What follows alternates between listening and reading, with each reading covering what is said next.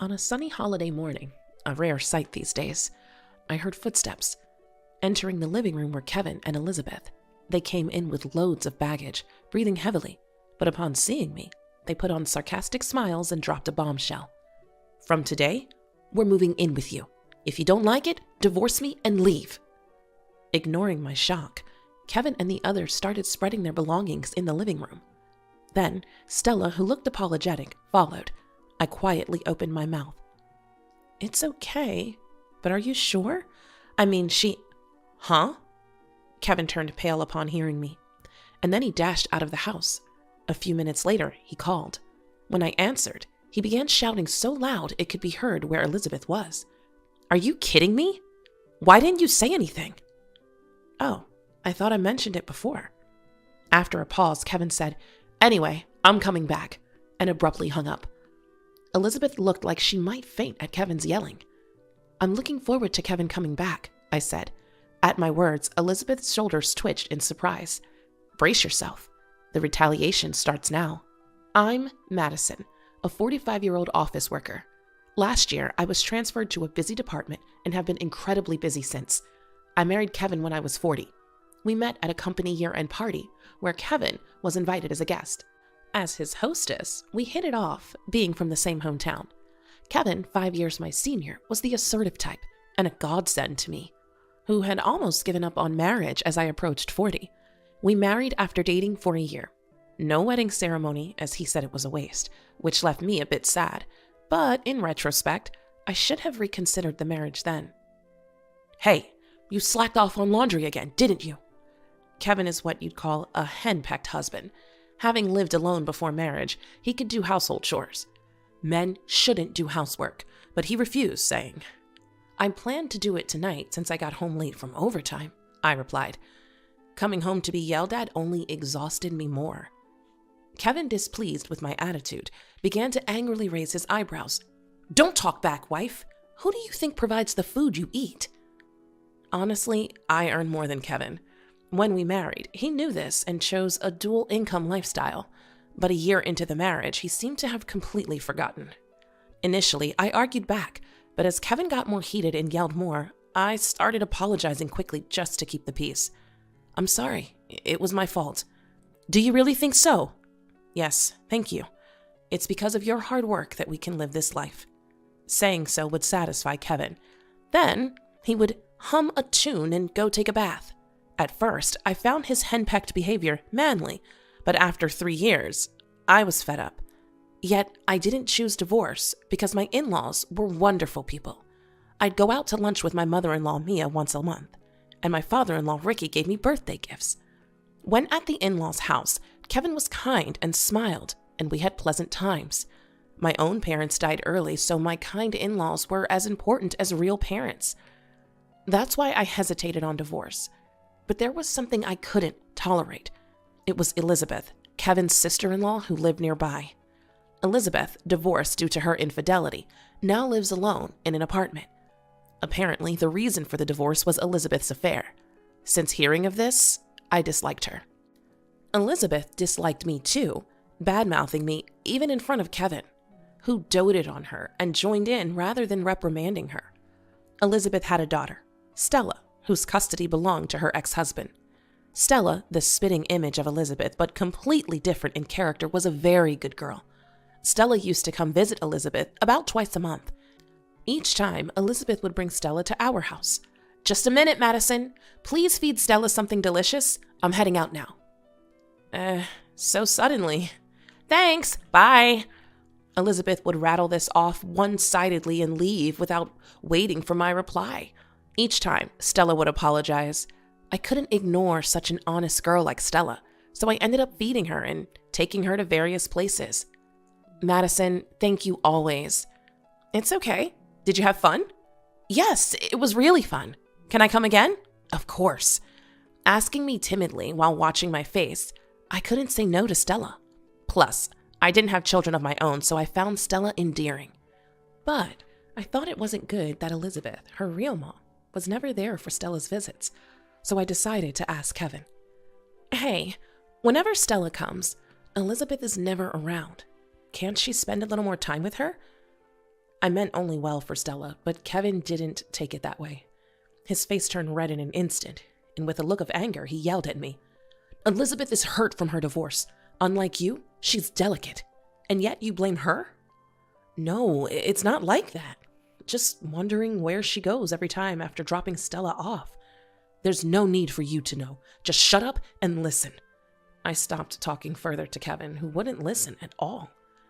After a few apologies, a calmed Kevin suddenly started preparing to go out. I'm heading out.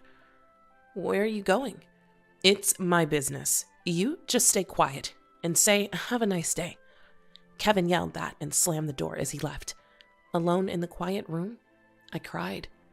And then I seriously began to consider divorce. Though I thought of divorce, I hadn't made up my mind because of the in-laws. Amidst this, Mia invited me for lunch, and I decided to go out after a long time. Where are you going on your day off? I'm going to lunch with Kevin's mom. With Mom? You better not talk about Elizabeth. Why not? I asked back, not understanding his words.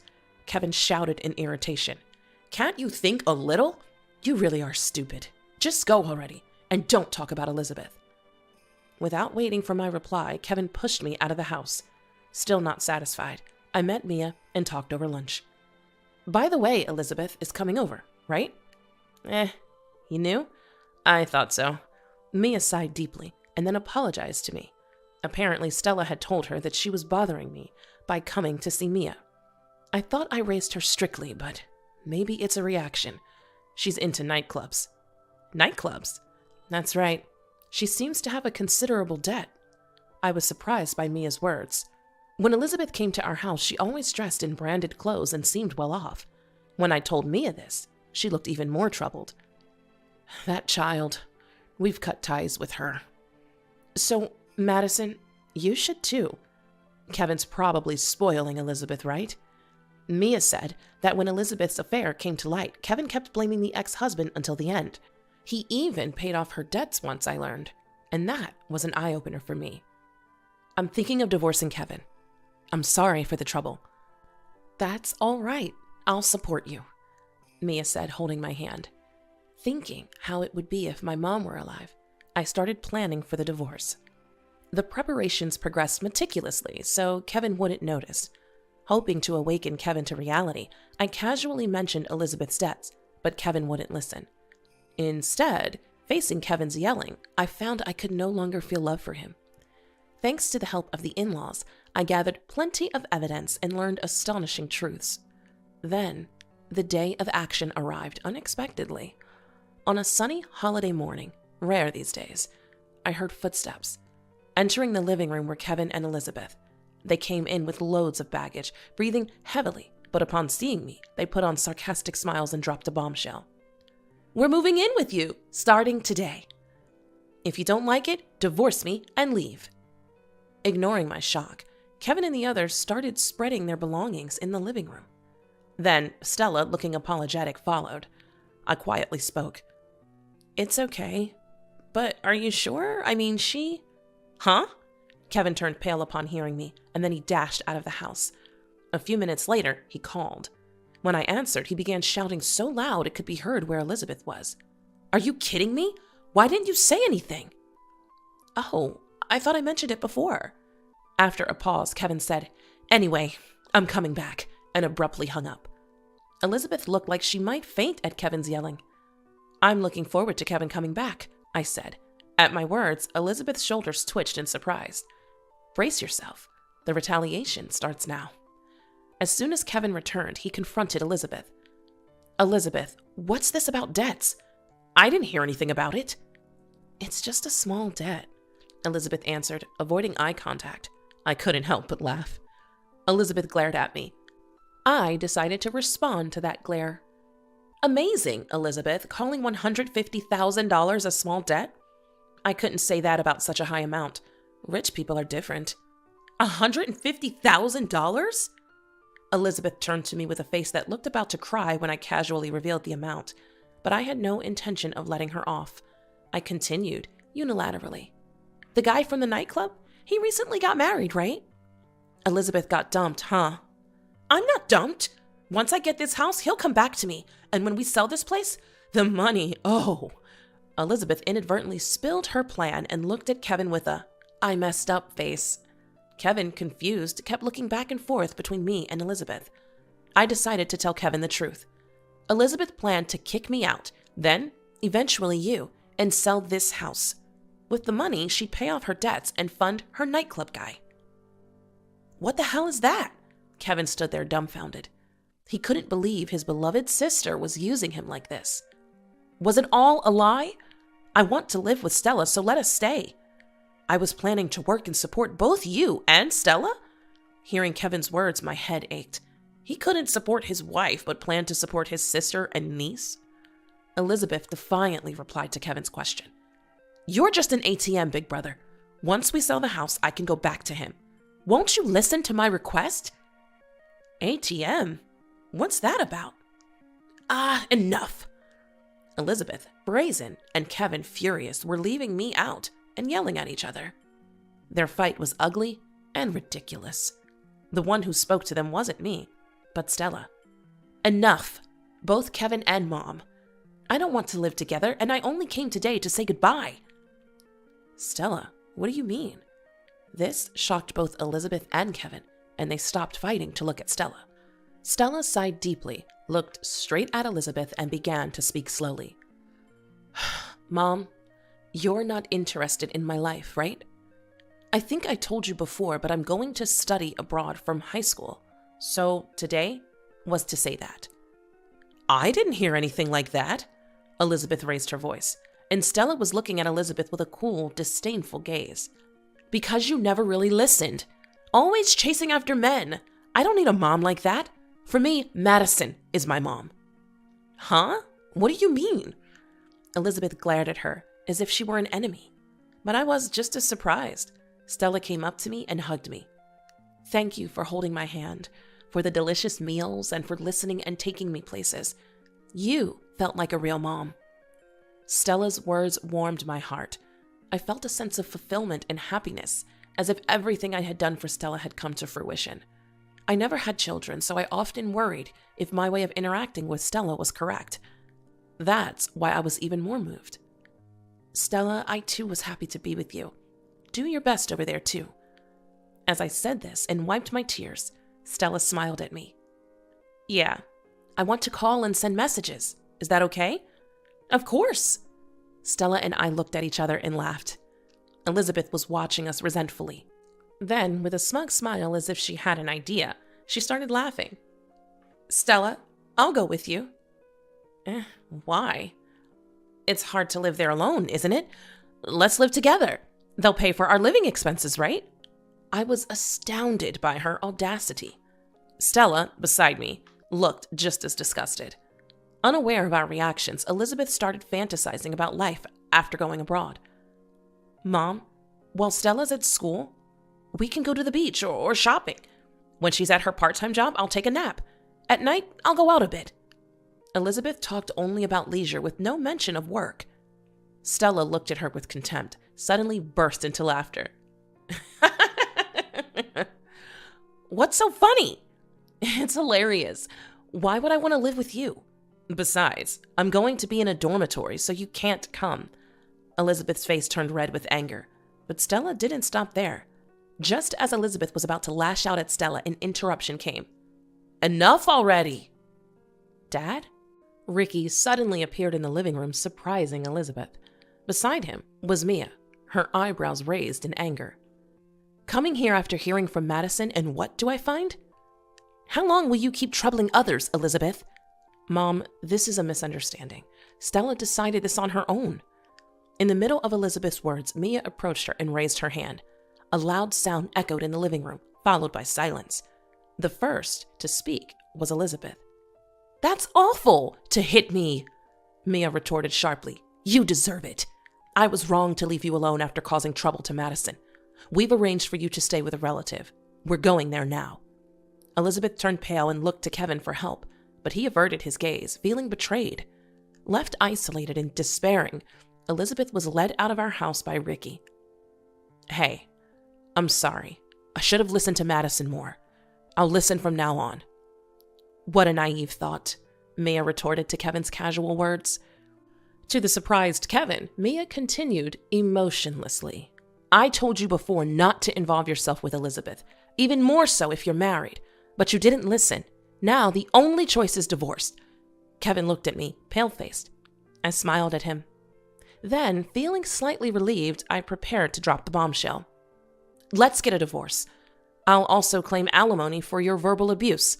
And let's see, maybe for infidelity too. Infidelity? What are you talking about? Kevin stumbled over his words, trying to feign ignorance. I felt pathetic for once, thinking such a man was reliable. I pulled out several photos from my bag. You recognize this woman, don't you? Did you take secret photos? If someone's doing something they shouldn't, isn't it their fault? Kevin, seemingly out of excuses, just stayed silent, looking frustrated. I laid out the documents and had him sign them. After everything was finalized, I spoke to Kevin with a smile. Thank you for everything.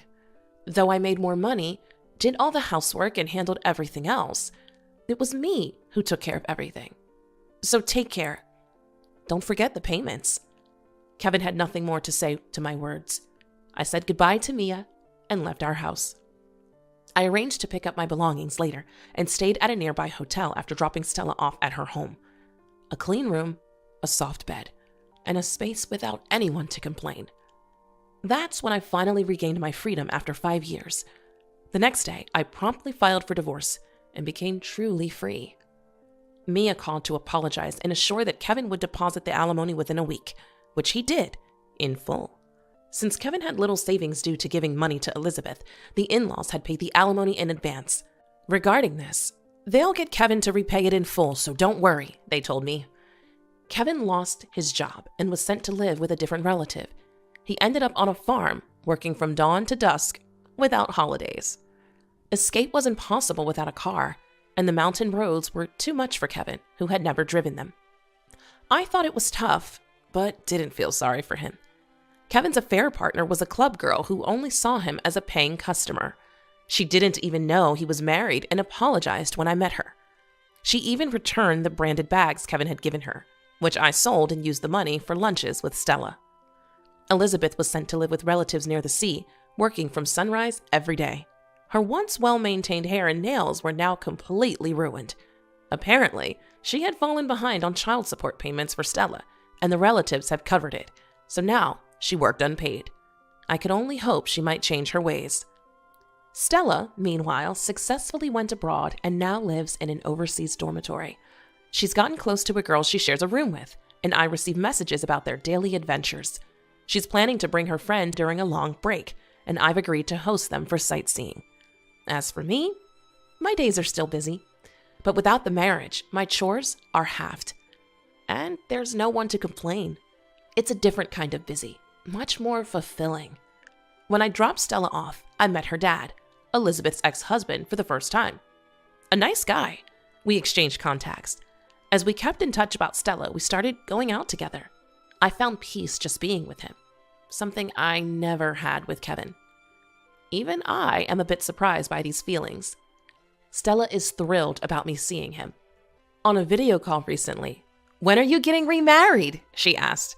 I'm not thinking about it yet, but if he feels the same, maybe someday.